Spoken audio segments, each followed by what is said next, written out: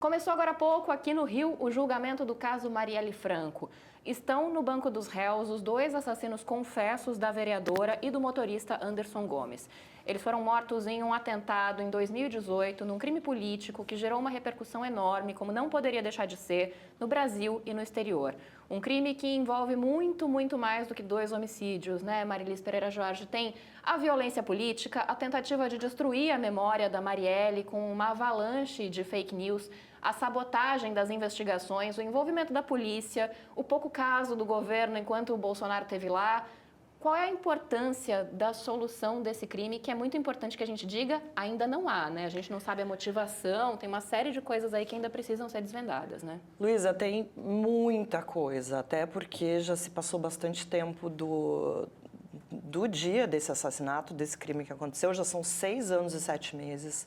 A gente teve várias idas e voltas, teve pelo menos 5 trocas da equipe que estava investigando, teve troca de promotoria, a própria PGR pediu depois que a Polícia Federal investigasse a Polícia Civil, para você ver como isso foi complicado. E isso tudo nos levou a como se fosse possível, né? Acho que a gente está vivendo num momento tão distópico como sociedade, nesse meio político, a gente viu uma polarização em torno de um crime, né? Uma coisa que seria inimaginável há alguns anos, a gente viu acontecer.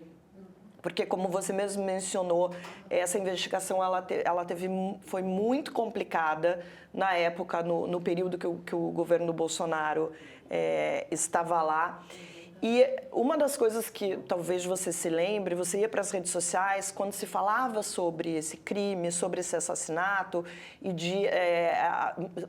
a gente via as cobranças que haviam em torno dessa investigação, as pessoas, principalmente aquelas que estavam, né, apoiando o governo Bolsonaro, questionavam, mas por que esse crime é especial? Por que essa morte é especial? Por que ela deve ser solucionada se a gente tem uma quantidade absurda de crimes acontecendo no Brasil? A gente, né, esse nível muda entre 45 e 60 mil aí, enfim, durante esses anos. Eu acho que é importante olhar para isso e tentar entender que se o Estado não consegue proteger uma pessoa pública, Marielle era uma pessoa pública, é uma pessoa que, acima de tudo, está representando uma fatia da sociedade, ela é uma representante dos seus eleitores, enfim, está num cargo público. Se o Estado não consegue cumprir esse papel de proteção em relação a ela, você imagina em relação aos outros cidadãos. E isso acabou virando uma questão muito emblemática, de fato, porque demorou mais ou menos uns 2 anos para que a gente tivesse os executores, né, que é o Rony Lessa e o Elcio de Queiroz, presos. Depois ainda demorou muito tempo, na verdade, para que eles viessem fazer uma delação, que foi muito negociada. Então, primeiro, o Elcio de Queiroz fez essa delação e mais ou menos uns 8 meses depois, o Rony Lessa acabou apontando os mandantes que, segundo o que ele fala, são os irmãos Frazão e o delegado Rivaldo Batista. Barbosa, desculpa, Rivaldo Barbosa. Então, assim, tem muita coisa para ser respondida em relação a esse crime. A gente não sabe, de fato, quais foram as motivações. Teve muita especulação durante esse tempo todo que a gente está falando sobre esse assunto, porque a gente está falando desse assunto sem parar. Hoje é um dia muito importante, finalmente a gente está vendo os executores desse crime irem para os bancos dos réus. Eu imagino que esteja sendo, pelo menos eu vi ali alguma parte, deve estar sendo um dia muito difícil, emotivo, porque a gente, agora, um pouco antes da gente entrar no ar, a mãe da Marielle estava dando o depoimento, era esperado ainda a mulher do Anderson, que era o motorista da Marielle, também falar. Você pode falar quem são? A gente tem hoje a Fernanda Gonçalves Chaves, que é a sobrevivente, a assessora parlamentar da Marielle, que estava com ela no carro, que também já deu declarações muito fortes sobre o dia do crime. A Agatha Arnaus, que é a viúva do Anderson, o motorista. a Mônica Benício, viúva da Marielle, a dona Marinete da Silva, que está depondo agora, que é mãe da Marielle, além da Carolina Rodrigues Linhares, que é perita criminal, Luiz Mar Cortelete, também agente da Polícia Civil no Rio, e Carlos Alberto Paura Júnior, agente da Polícia Civil também. Mas esses primeiros depoimentos, eles vão ser muito emotivos mesmo. A gente estava acompanhando aqui o julgamento um pouquinho antes de entrar no ar, e a dona Marinete depunha e falava do dia em que ela deu à luz, assim. Então, hoje tem tudo para ser um dia bastante emotivo mesmo nesse julgamento, né? Hoje são todas as testemunhas que a acusação, as primeiras testemunhas que a acusação chamou, e a gente, assim, é só o primeiro dia para a gente entender como é que isso tudo aconteceu, porque assim, lá no começo, não se sabia nem o que tinha acontecido com o carro, a arma que tinha sido usada. Então, a partir do momento que o Elcio fecha essa delação, ele começa a trazer muitas dessas peças para esse quebra-cabeça, que depois são confirmadas pelo depoimento do Rony Lessa. E essa discussão toda é importante, eu imagino que a acusação tem uma preocupação, porque eles fecharam uma delação premiada, né? Eles já conseguiram alguns benefícios, de ter ali no máximo 12 anos de prisão, de sair de presídio de segurança máxima, isso tudo já foi garantido. A acusação quer tentar provar uma das linhas da acusação é mostrar que o Rony Lessa, por exemplo, é um matador de aluguel, que é uma coisa que ele nega, e que isso ajudaria muito no caso da defesa dele para ele ter uma pena menor. Mas é só o começo. Eu imagino que a gente vai... Eu imagino a dificuldade para essa família ter que reviver todas essas dores durante esse julgamento, mas isso é muito necessário. Agora, eu queria voltar no que você falou sobre o Estado não conseguir proteger uma pessoa pública. Eu acho que vai mais além, porque a gente sempre soube que não era um crime comum, né? Logo de cara isso já ficou evidente.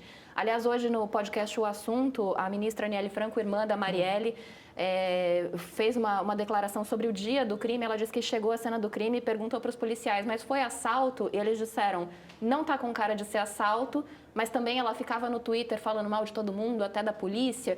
Então, isso aconteceu com a família ao longo de todos esses anos. E eu acho que além do Estado não conseguir proteger uma pessoa pública, ainda tem o envolvimento de todos esses agentes que agora a gente sabe, né? Tinha ministro do Tribunal de Contas do Rio, um dos mandantes, né? Um dos irmãos Brazão, deputado federal, ex-chefe agora da Polícia Civil. Então, era uma coisa muito instalada na política aqui do Rio de Janeiro, né? Não, isso é gravíssimo, né? E eu fico imaginando a certeza da impunidade dessas pessoas de encomendarem um crime desse, de mandarem matar uma vereadora, que é uma representante do Estado também, e acreditarem que isso não teria uma repercussão. E eu acho que, de fato, essas pessoas, a gente não tem clara ainda a razão da morte da Marielle, por que essa morte foi encomendada, mas, assim, a sensação que eu tenho é que essas pessoas imaginavam que seria apenas mais uma morte de político no Brasil, como a gente tem, como a gente vê acontecer no Brasil inteiro. A gente teve agora alguns levantamentos sobre essa eleição. O aumento da violência política foi enorme nessas últimas eleições, inclusive com alguns candidatos que acabaram sendo mortos. E, então, assim, uma coisa que choca muito é isso, de achar que... uma coisa que eu tenho certeza absoluta, eles não imaginavam que a repercussão em relação à morte de uma vereadora, ainda que fosse da segunda maior cidade do Brasil, fosse ter a repercussão que teve. O tamanho que Marielle acabou tendo, né? O crescimento dela como figura política, como símbolo de muitas lutas, da luta racial, da luta feminista, da luta dos direitos humanos. A Marielle virou um símbolo não só no Rio de Janeiro, nem só no Brasil, como virou um símbolo internacional. Hoje ela é nome de rua na França, por exemplo. E essas pessoas, esses mandantes desse crime, jamais podiam imaginar que essa repercussão acabasse tendo esse tamanho e que houvesse uma pressão enorme política para que esse crime fosse fosse resolvido. E, finalmente, a gente parece que está no começo, ainda tem muitas questões a serem respondidas, mas a gente está vendo, pelo menos agora, uma luzinha ali no final do túnel em relação a isso. E tem uma coisa também importante a respeito desse caso que ilustra muito o Rio de Janeiro hoje, talvez o Brasil de uma maneira geral, mas especificamente o Rio de Janeiro, que na delação, o que o Rony Lessa disse que receberia pelo assassinato, um lote de terrenos que chegaria a valer 25 milhões daqui a alguns anos. 2 lotes de terrenos que poderiam valer 100 milhões de reais daqui a uns anos, e ele chegou, inclusive, a fazer essa conta, que é um grande problema que a gente vive no Rio de Janeiro hoje, de milícia, de grilagem de terra. A gente já teve casos, por exemplo, de prédios desabando, pessoas morrendo, porque essa construção desordenada justamente nesses terrenos que são tomados por essas milícias, são comercializados, e a gente tem muitas figuras políticas emblemáticas, nomes muito famosos que estão envolvidos em todas essas questões. E politicamente, agora, a partir dessa mudança, porque a gente teve um período também em que esse caso foi deixado de lado, né? Até por causa desses criminosos infiltrados na Polícia Civil do Rio, em outros órgãos públicos aqui. Agora a gente pode enxergar esse julgamento como uma sinalização de esperança, de política, não sei, como é que a gente pode ver isso agora? Esse dia hoje significa o quê? Nossa, eu acho que tem um significado grande em relação a isso que eu estava falando, porque o que se esperava disso é simplesmente a impunidade, que mais esse crime no Rio de Janeiro ficasse sem resposta, junto com tantos outros que a gente sabe que acontecem diariamente. Eu acho que sim, é um símbolo de justiça, mas eu acho que a gente ainda está muito longe de ver algum tipo de moralização dentro da polícia do Rio de Janeiro, dentro da política do Rio de Janeiro. A gente continua vendo nessa última eleição mesmo, a gente continuou vendo muitas denúncias de nomes importantes da política estadual, da política municipal, envolvidos em crimes, envolvidos em denúncias. Então, assim, eu não consigo ser muito otimista. Que bom que a gente está dando esse passo. Eu acho que, de novo, esse crime, a solução desse crime, a penalização dessas pessoas é muito importante, tem um simbolismo grande, mas eu acho que não é ainda um grãozinho de areia num mar de corrupção que a gente vive na cidade e no estado do Rio de Janeiro. Tá certo. Agora sim, vamos a São Paulo conversar com a Flávia Tavares, que já está por lá. Oi, Flávia, boa tarde. Olá, vocês me ouvem? Agora sim. Joia. A gente aqui é assim, viu? A gente tem um probleminha técnico, a gente pensa rápido, a gente soluciona, a gente entra por Zoom. O importante é fazer o debate, é fazer a análise. Tá resolvido, então. Flávia, como é que você está vendo o dia de hoje, esse julgamento importantíssimo? Qual é a sua avaliação?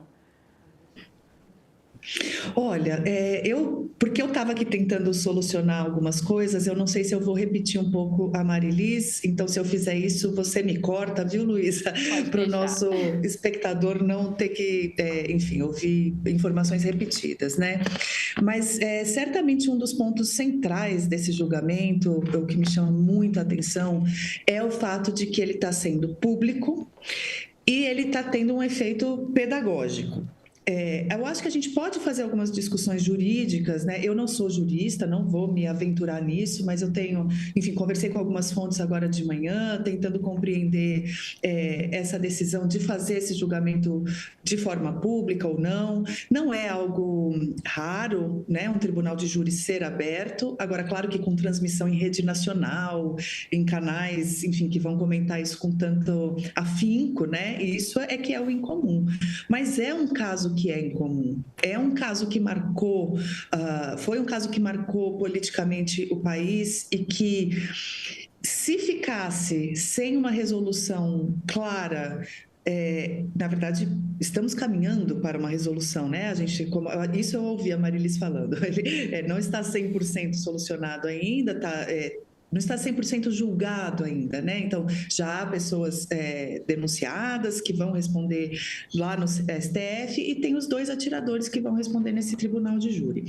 Eu acho que o efeito disso estar sendo feito publicamente, com os depoimentos tão marcantes de quem era próximo da Marielle, com essa visibilidade para o fato de que aquele crime não pode ficar sem solução, é algo que pode mudar um pouco a história da violência política no Brasil. Teria esse potencial. Eu, pelo menos, tenho essa esperança.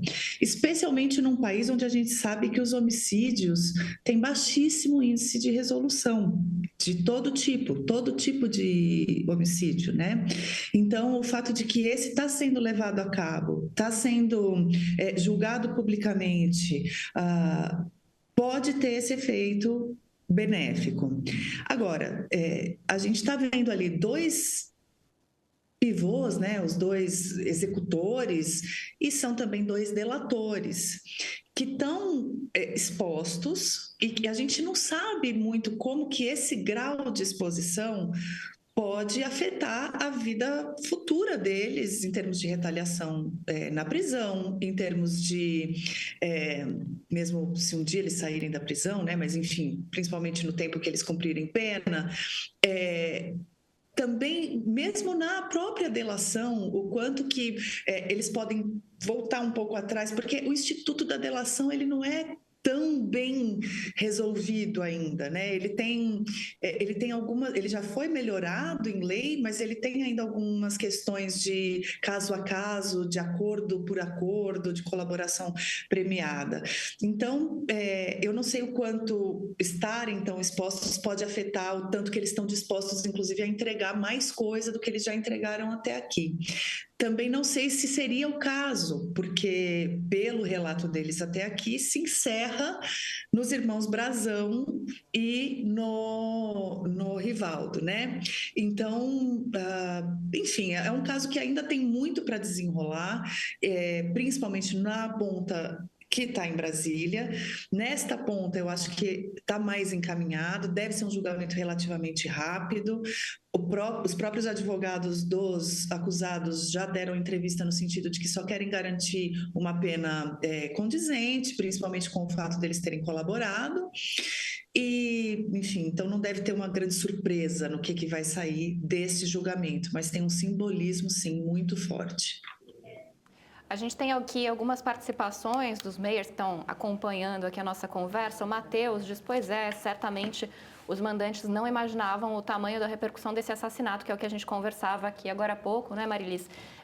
Talvez houvesse uma ideia aí de que esse crime fosse considerado um crime comum. E o Geraldo Soares também participa dizendo, olha, falando sobre isso também, né, que é um julgamento que a gente talvez já consiga prever um resultado, porque são réus confessos, os 2 que estão sendo julgados hoje.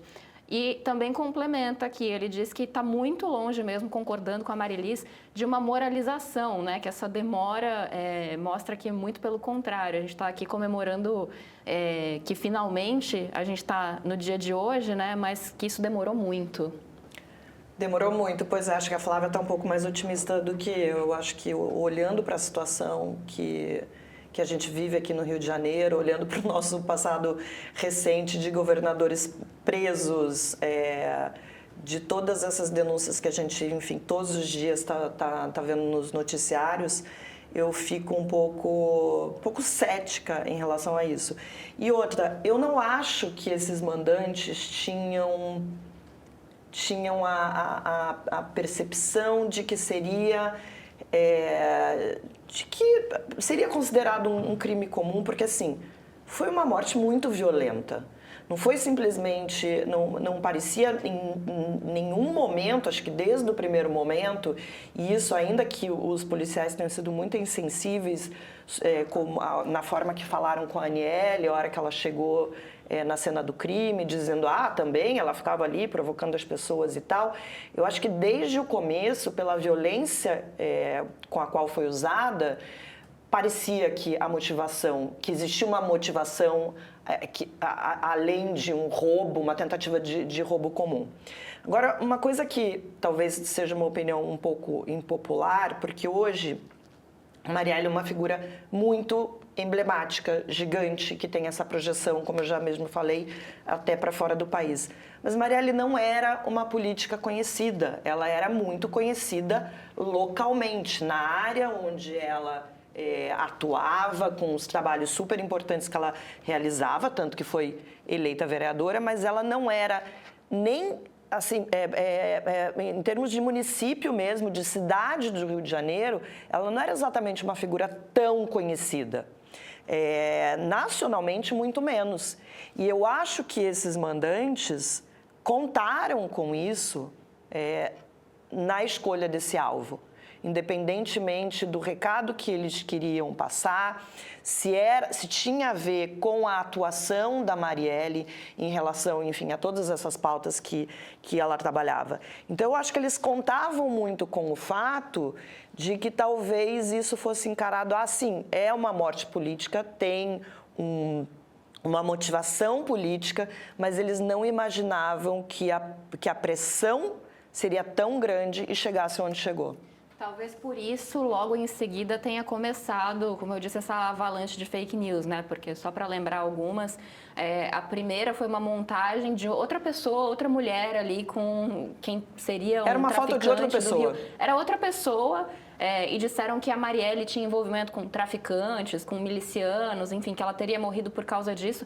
E talvez isso tenha sido ali um método, depois que o caso tomou essa repercussão enorme, para tentar destruir, né, a memória dela, o que deve ter sido, ainda deve ter sido não, né? Foi com certeza muito mais doloroso para a família que ainda teve que acompanhar isso, né? Depois dessa perda, com essa morte violentíssima, ainda ter que lidar com isso, com essa tentativa de destruir a memória de uma pessoa que tinha um trabalho muito sério, né? Independente da visão política de qualquer pessoa, a Marielle tinha um trabalho sério aqui no Rio de Janeiro. Então, isso também foi muito Você sabe doloroso. que esse foi um dos cuidados que o documentário que foi feito sobre ela teve, de mostrar quem era essa pessoa, porque justamente isso, nacionalmente ela não era conhecida. Então, o documentário, que é muito bem feito, ele está na Globoplay, se eu não me engano, deve estar, foi feito pela Globoplay na época, ele humaniza essa figura, ele acaba com essas fake news que estavam sendo criadas em torno dela, de tentar traçar algum tipo de ligação com, enfim, com a bandidagem do Rio de Janeiro, com tráfico, com milícia, com... E mostra a figura, a mulher forte, emblemática, o trabalho importante que ela fazia ali nas comunidades onde ela teve uma grande votação.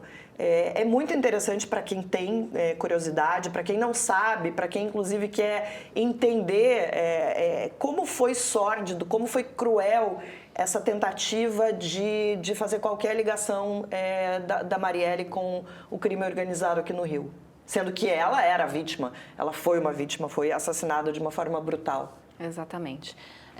O nosso ouvinte Zé Carlos também manda mensagem aqui para a gente, nosso telespectador, nosso Meyer, e diz que é preciso também saber das motivações, né? Que foi o que a gente falou aqui no começo da nossa conversa. A gente ainda não sabe a motivação desse crime, né? As pessoas que são apontadas como mandantes ainda negam, então ainda tem muita coisa